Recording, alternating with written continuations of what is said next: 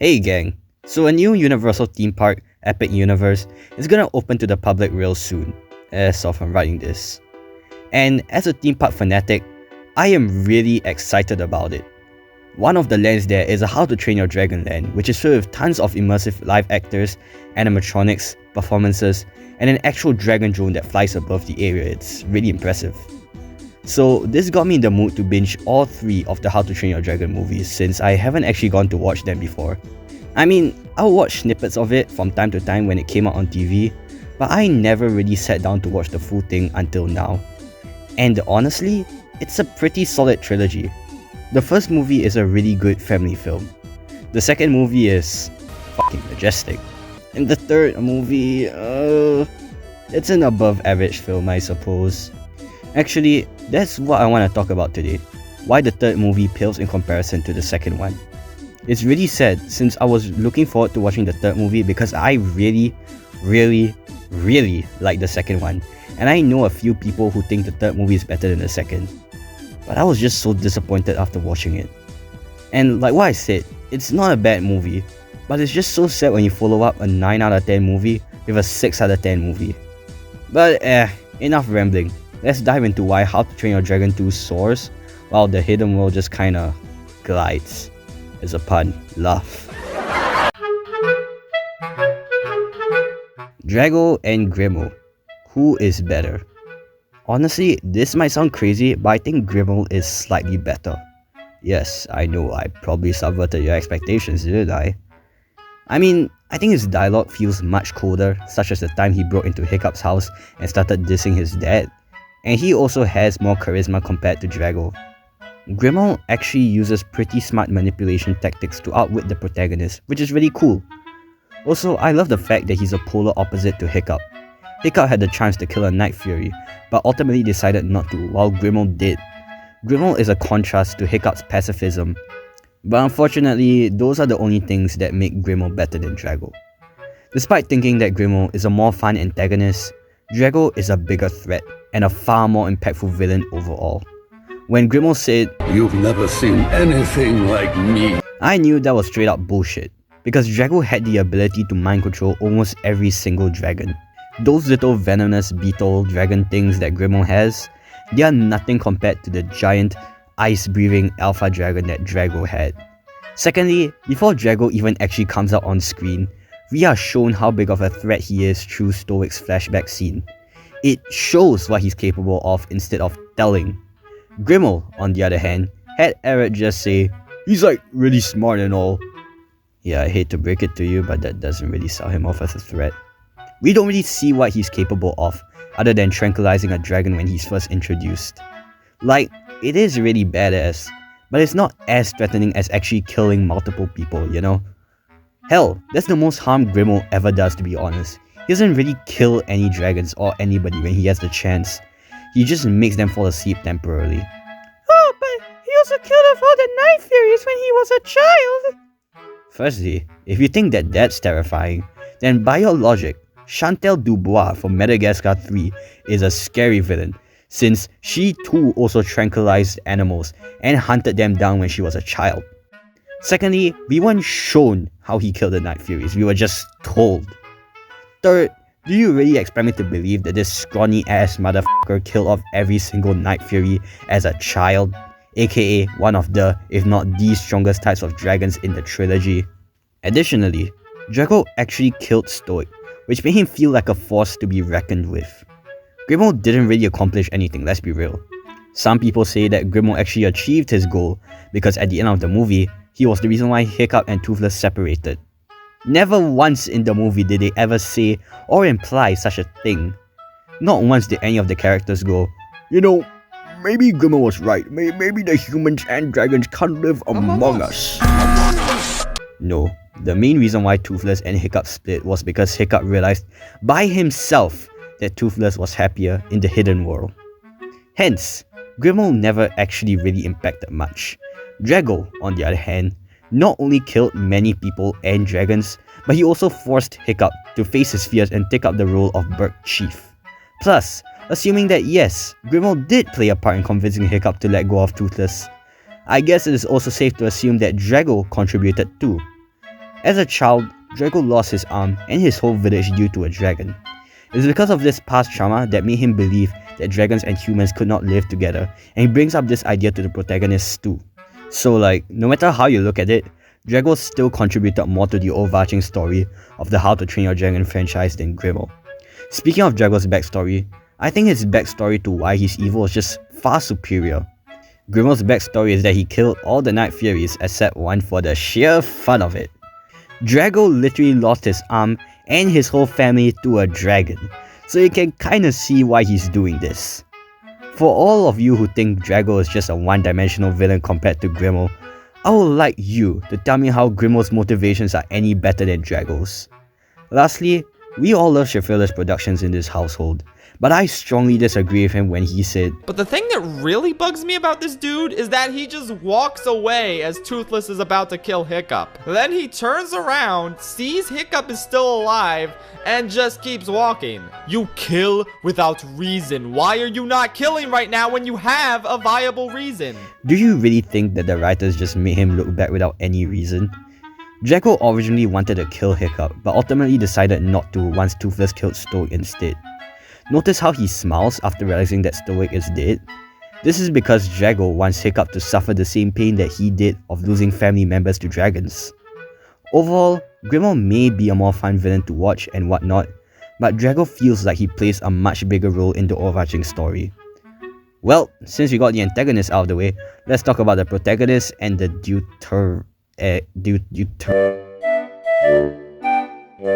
You wanna know something? Going into the How to Train Your Dragon trilogy, I was actively bracing for the side characters to be annoying, since many YouTubers did say they were really bad. However, they honestly weren't that bad in the first two movies. They were kinda tolerable if anything. So with that, I went into the third movie with my guard down, expecting them to be on the same levels as the first two movies. It was the biggest mistake I ever made. The side characters in this are insufferable. I can handle other quote-unquote annoying side characters such as Olaf, Mater, the minions, every single animated character voiced by Aquafina, etc. And sometimes I genuinely don't understand the hate behind some of them. They are kinda charming and they make the films less dull and whatnot. So I think that really goes to show how bad these hidden world side characters truly are. They are not charming and they make the movie more dull. There is this one character who gets locked up by Grimmel in the middle of the movie, and then she gets freed because she's too annoying, and then Grimmel follows her back to Berg, which ends up getting both Toothless and the Light Fury to get captured and nearly killing the protagonist. And the nail in the coffin is the fact that the whole reason why she didn't notice Grimmel's army was following behind her was because she never looks back. Another stupid subplot involves one of the side characters wanting so desperately to get laid by Hiccup's mom. That totally doesn't drag down the pacing in any way, nor does it feel creepy or unfunny. For anyone who thinks that Ravnat thirsting over Aerith in the second movie was bad, I want you to take a good look at the love triangle between Aerith, Snotlout and Velka and tell me that's not worse. Then there's also the other subplot involving Tough Nut where he tries to convince Hiccup to get laid by Astrid. Honestly, why do all the subplots involve someone wanting to get laid? This could have been removed and honestly nothing would have changed, since Hiccup musters up the courage to marry Astrid by himself. Even in serious situations, Lil Bro is still yapping about it. That's so funny guys, that's the funniest shit I've ever seen! He also has this other subplot involving his beard. It's not good, but out of all the other subplots involving the side characters, this is the best one by far and I think that really says a lot. It really begs the question, why are the side characters getting more screen time than they had in the first and second movie? Like, the reason why they were tolerable in the first two movies was because they were only minimized to little silly side gags that can be easily ignored. It's such a shame since both Hiccup and Astrid were as well written as they were in the previous movies and I have no problems with them. But they're just dragged down by these unlikable cast of characters that didn't need to appear as much as they did. I don't know guys. Instead of this stupid subplot involving Hiccup's mom, how about we focus more on the relationship between Toothless and the Light Fury? Because if I'm being for real, their chemistry wasn't developed well enough. The Light Fury only got 8 minutes of screen time. 8! That's another issue I have with the movie. That's another issue I have with the movie, the underdeveloped story. Many people say that How to Train Your Dragon 2 isn't perfect since the movie barely develops the plot between Hiccup, his mom, and Stoic. Honestly, I agree with that. The whole plot involving Hiccup's family could have been done better, and it does deviate a bit from the main plot of Drago and his dragon army. But I think we can all agree that the hidden world isn't any better. You see, How to Train Your Dragon 2 only has 2 stories that are happening. And sure, they don't mesh together well, but at least there's only 2, right? Hidden World has too many plots and they don't mesh together too. There's of course all the side plots that I mentioned just now. There's the stuff involving the Hidden World, the plot involving the main characters heavily relying too much on their dragons, which I almost forgot existed since it only got brought up twice for some reason, the Light Fury, and lastly, Grimmel's big plan to catch Toothless.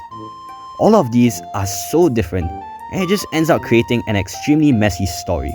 Now, perhaps some of you are gonna say, actually, all these different side plots, they actually contribute to the story because they're all related to the topic of love. You see, I'm so smart. Firstly, you sure Tough Nut's beard has to do something with love? Be honest with me.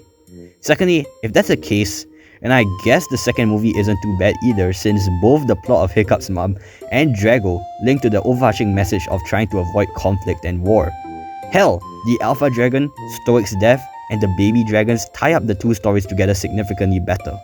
So if you really think about it, no matter how you look at it, the second movie still has the better overall story. Honestly, this wouldn't be such a big issue if the movie at least developed the plots more. Like what I said, the romance involving Toothless and the Light Fury is barely shown. Remember the part when Toothless went to go find the Light Fury Gold Dragon and then he didn't return until Hiccup and Astrid went to go look for him? I personally felt that it was very out of character for Toothless and kinda selfish of him if I'm being honest. The movie tries to play it off as if Hiccup's in the wrong for feeling concerned over Toothless's disappearance, which no, he's totally justified. Hell, Hiccup even gave him specific instructions to come back before sunset, so Hiccup had every right to be worried and even mad about it. This kinda makes the ending feel rushed and unearned since we don't feel the need for the dragons to leave the humans. Now, some of you may be saying that the only reason why I don't like Hidden World is because I'm just salty about Toothless having to leave Hiccup at the end. Okay, that's cool and all, but I'm one of the only 9 people who actually enjoyed Toy Story 4, which spoiler warning, it also has a similar ending of Woody leaving the other toys to be with his gal. And they also both came out in 2019, would you look at that? Anyway, that's besides the point. The point is, I was perfectly content with Woody leaving the gang, while I wasn't for Toothless. You wanna know why? Because Toy Story 4 gives us ample amounts of screen time to show the relationship between Woody and Bo. We see their relationship throughout the course of 3 movies, and we see how much the two care about each other, so it makes the eventual leave feel understandable. But we've only seen the Light Fury for 8 minutes, which isn't enough for us, the audience, to get attached to her and find it reasonable for Toothless to choose her over Hiccup. We saw Hiccup and Toothless grow together throughout the whole trilogy, so it kinda makes me scratch my head as to why Toothless would pick a girl that he just met over his own homie. That's also not to mention that if Woody doesn't go with Bo, he kinda doesn't have any good use. Bonnie doesn't want to play with him anymore, and so the only logical thing for him to do is to be with his GF and help other toys get owners. Most people say that that's not in character for Woody to leave Bonnie, considering how in every movie he's super loyal to his owner. But I have a differing opinion. Woody at first tries so desperately to get Forky back to Bonnie. His whole reason for jumping out of a van was to make his child happy. His whole motivation at first is to get Forky back to Bonnie because of his loyalty. But then, halfway through the movie, this mentality bites him back, and it almost kills a toy. This movie's message is about how all living organisms deserve their own free will, and a chance to live the life that they want. And I'm genuinely shocked that a lot of you guys aren't picking up on the message. Can you all stop complaining about the fact that Toy Story 4 is an unnecessary installment and instead complain about things that are in the actual f***ing movie? And the movie takes its time to develop this concept through multiple conversations between Bo Peep about how there's more to a toy than being just a child's plaything. Now, let's get back to How to Train Your Dragon, the Hidden World. Let's see what they do with the concept of how humans can't coexist with dragons. There's the scene where the huge dragon topples down the building, and then causes the domino effect. That's something. There's also Grimo, who kind of shows that there will always be people who want to take down dragons. But how does going to the hidden world solve any of this? The hidden world is still pretty accessible to humans if they can fly, so the threat is still there. You haven't solved anything. In addition, if the threat is such a big issue, why not also bring Burke into the hidden world too? I know the dragons in the hidden world are hostile towards humans, but Toothless is the alpha dragon, and he can just easily tell them not to harm the humans and all will be good. Truth be told, I wouldn't mind 1 or 2 lines from Hiccup explaining to the people of Burke why it's better for humans and dragons to live separately. No one objects to the idea, which is so weird and unrealistic to me. Maybe you could have a scene where one of the Burke's people questions Hiccup about his decision to let go of dragons. Then Hiccup can explain to them why it's better. And if that's not possible because that would make the runtime of the movie longer and slow the pacing, firstly, I think that's exactly what the ending needs. Toy Story 4's ending works better because it really takes its time to explain why Woody is leaving, and also takes its time to say goodbye to these toys. Hell, Woody even originally wanted to go off with the toys at first, before Buzz suggested the idea of staying with Bo, so it makes the goodbye even more sweet than sour. Anyway, goodbyes are supposed to be slow, right? Hidden World just kind of rushes its goodbyes, and Hiccup just kind of makes his decision on the spot. You would think that after all these years and memories with Toothless, he would kind of contemplate for a while. But no, he just suddenly realizes that for some reason they should split up. Secondly, just cut out 1 or 2 lines of the scenes of Snoutlout wanting to bang Hiccup's mom so the runtime won't be longer. Or even better, cut out all the scenes of Snoutlout wanting to bang Hiccup's mom. So that's about it, right?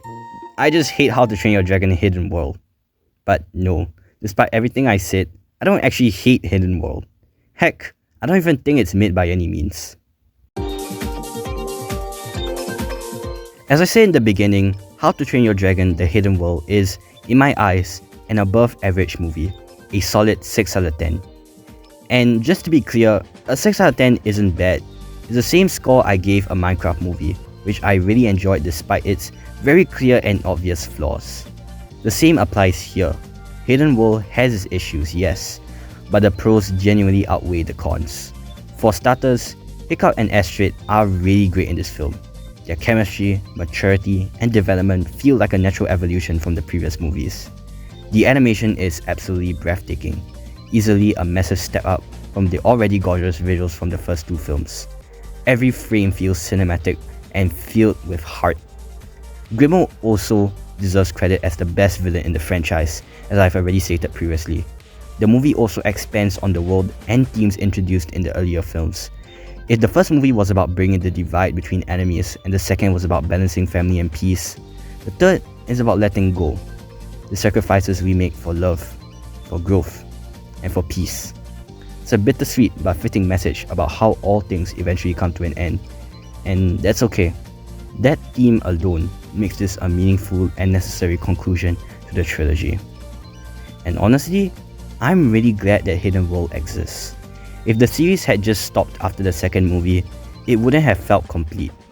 The final scene where Hiccup and Astrid's kids meet Toothless, that is easily one of the most heartfelt endings to any movie. It gives us closure and a genuine sense of farewell. And no matter how much I critique the movie, I can't deny how beautiful it wraps things up. Sure, there's a fair amount of people criticizing the movie out there, like me for example, but this film has resonated with a lot of people. Many even consider this to be their favourite out of the trilogy. The last thing I want to do is to take that away from you. If you love Hidden World more than How to Train Your Dragon 2, that's completely valid, and it's awesome to see that people connect to it in different ways. In fact, feel free to tell me in the comment section why this movie is so special to you. To wrap it up, Hidden World isn't a bad trequel. Far from it. The title belongs to these other movies. Instead, it's a heartfelt and important piece of the trilogy. Even if it's the weakest entry, it is a movie that audiences of all ages can enjoy, and also enhances the other 2 films. creating a near perfect trilogy.